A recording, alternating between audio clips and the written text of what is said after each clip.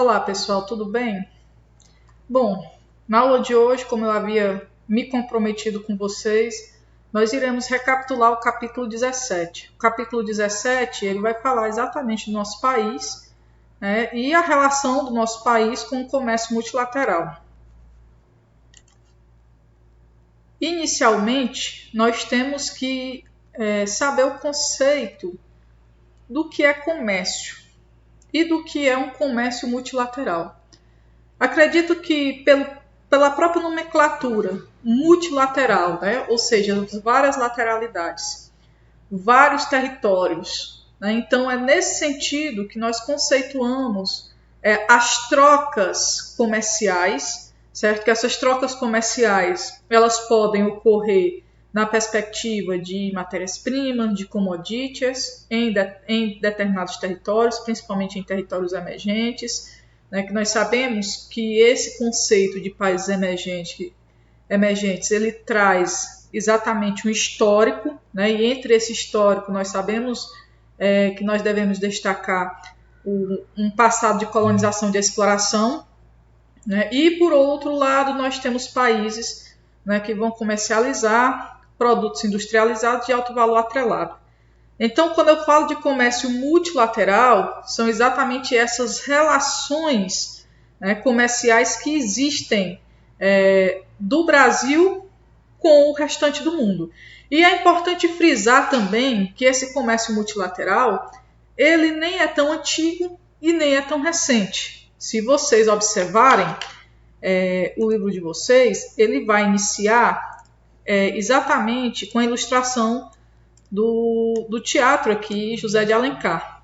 Primeiramente, para fazer menção ao nosso território, né, o estado do Ceará, o Nordeste, e também para lembrar, né, que o período que o Teatro José de Alencar ele foi construído, mais precisamente em 1910, né, foi um período onde o Brasil ele vivenciava uma ascensão econômica decorrente exatamente de um produto, né, que fez com que o Brasil ele tivesse desenvolvimento econômico, né, e esse produto era exatamente o café.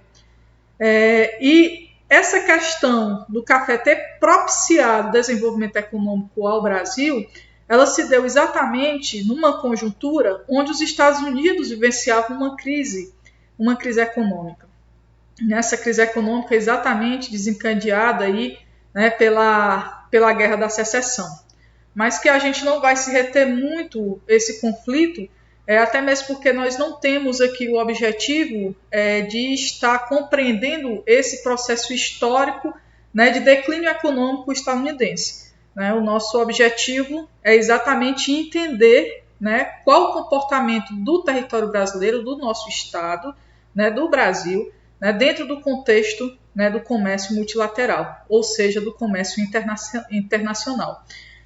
É importante frisar que o Teatro José de Alencar ele não está aqui apenas para embelezar, né, o início do nosso capítulo, mas também para dizer que naquele momento o Brasil ele já mantinha relações, né, comerciais e automaticamente essas relações comerciais elas também acabam aderindo a alguns comportamentos, né, acabam aderindo também a alguns movimentos culturais.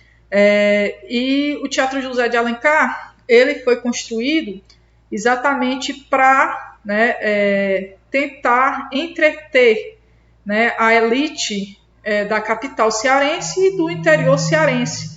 E ele tem exatamente a sua arquitetura, né, notória a questão, né, da cultura da Europa. A gente observa aqui uma cultura europeizada. Né? Então, a gente observa aqui já as relações, né, multilaterais do Brasil em um dado momento histórico, e aqui a gente vai observar exatamente essa aproximação do território brasileiro, né, em um momento em que o Brasil vivenciava a ascensão econômica, né, com a Europa. Aí você pode até questionar, professora, mas as relações do Brasil com a Europa iniciou-se desde a época do período colonial. O que é verdade?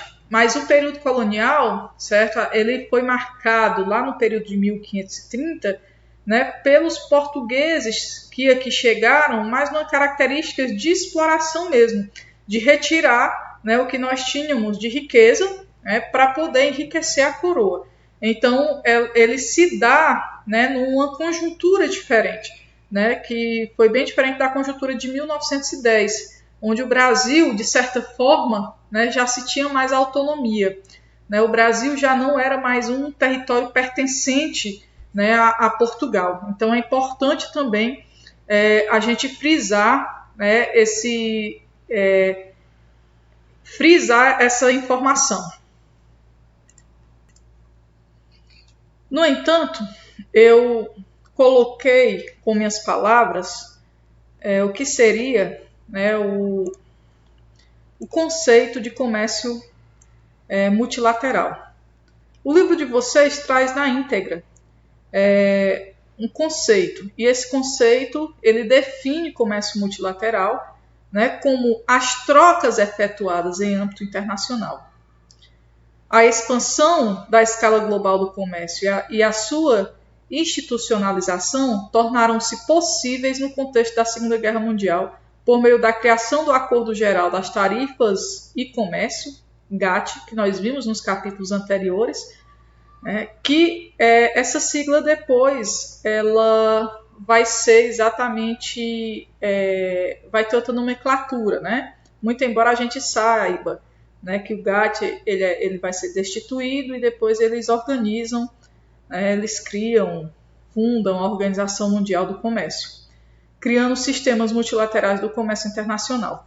Então é importante também se ressaltar que esse comércio multilateral ele vai exatamente se tornar dinâmico a partir da terceira revolução industrial, né? Porque a partir da terceira revolução técnico-científica e informacional que a gente observa um maior dinamismo exatamente das relações comerciais internacionais. A gente sabe que a partir da década de 70, né, a gente vai vivenciar a globalização, que a globalização vai ser decorrente exatamente dessa terceira revolução industrial. E aí a gente começa, na década de 90, a ver que praticamente todos os blocos econômicos, né, que eles nascem no intuito, né, de fortalecerem, né, o comércio, de fortalecerem a economia dos países que o integram. Mas aí você pode questionar, mas Germana, mas a União Europeia ela vai exatamente datar da década de 40. Mas a União Europeia ela nasce exatamente nessa lógica também de se fortalecer, de tentar comprar carvão, né, de tentar comprar aço por preços mais baratos. Tanto que ela nasce com a sigla de Benelux e hoje a União Europeia vai ser exatamente o bloco econômico, certo, que é mais avançado, exatamente por ter passado já as suas várias fases, já ter chegado na União Monetária, exatamente por eles datarem da década de 40.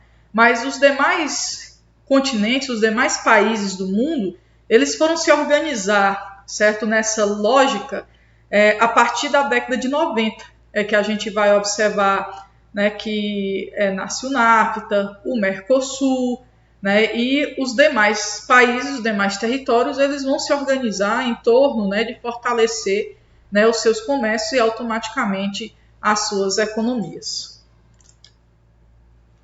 E nós já havíamos discutido também, em aulas anteriores,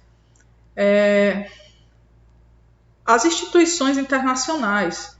Né? Falamos agora há pouco da Organização Mundial do Comércio, que elas são exatamente criadas, né, com o intuito de regular, né, e de organizar, fiscalizar, né, esse comércio internacional. E aí, quando a gente fala dessas organizações, né, a gente vai ter que voltar os nossos olhares um pouco para, né, o Brasil, né, e o Brasil ele vai estar inserido exatamente na América do Sul, que dentro da perspectiva de regionalização cultural, nós somos um país latino-americano.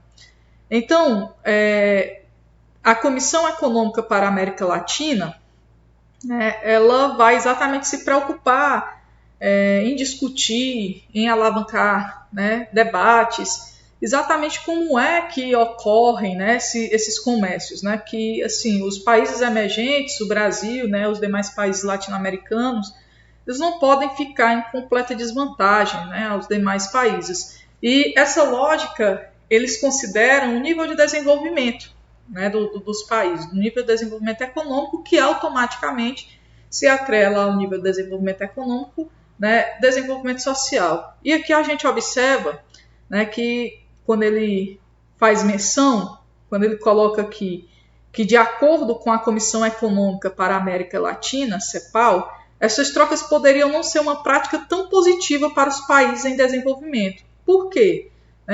Por o que eu já iniciei a aula citando. Os países desenvolvidos, eles vão produzir produtos industrializados, né, de alta tecnologia, e atrelando a esses produtos um maior valor. Automaticamente vai chegar nessas nações em desenvolvimento por um preço bem mais elevado.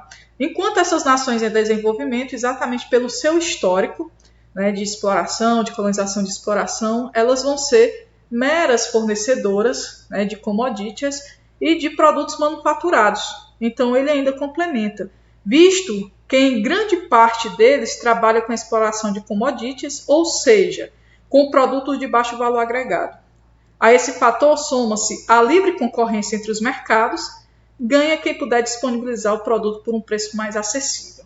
Então, e dentro dessa lógica, né, dessa preocupação da Comissão Econômica para a América Latina, a gente deve lembrar da ALCA, da Área de Livre Comércio das Américas, que nunca se concretizou exatamente por essa imensa preocupação, né? Se de repente a gente unifica as tarifas alfandegárias ou então derruba as tarifas alfandegárias de todos os países da América, e nós vamos ter apenas os Estados Unidos e Canadá, né, os Estados Unidos produzindo tecnologia, né? Então ele venderia, por um lado, a gente compraria tecnologia por um preço mais barato, porque cairia as tarifas alfandegárias, mas por outro lado, várias empresas, várias indústrias montadoras seriam fechadas no território brasileiro, né? Isto aí iria desencadear uma série de problemas, entre eles um desemprego em massa. Então, é exatamente essas discussões, né, que perpassam, né, essas comissões, né, essas instituições, quando se está discutindo aí o comércio internacional. Então, como eu falo, né, existiu aí uma ampla concorrência de mercados, né, e essa ampla concorrência de mercados, ela pode, de certa forma, ser visualizada por alguns como desleal, né, levando em consideração que alguns países vão ter condições, sim, de produzir, né, produtos industrializados de alto valor atrelado e outros não. E dentro dessa perspectiva de fortalecer também o comércio, né, de fortalecer também a sua economia e de ficar, né, a gente pode dizer assim, no nível de competitividade com as economias desenvolvidas, né, o Brasil ele consolida, né, o seu comércio multilateral a partir, né, da criação do Mercosul, do Mercado Comum do Sul, a partir da década de 90. Então a gente vê, né, que a ascensão do Brasil, certo? A entrada do Brasil nesse comércio internacional, ela começa a se desenvolver a partir da década de 90, né, com a criação, mais uma vez eu repito, do Mercosul, que nós vamos observar aí que o Brasil, né, ele juntamente com a Argentina, Paraguai e Uruguai, né, concretiza, né, esse bloco econômico. Muito embora a gente saiba, né, que a integração das economias latino-americanas, das economias dos países, né, que integram o Mercosul, elas se transformam em um grande desafio para esse bloco.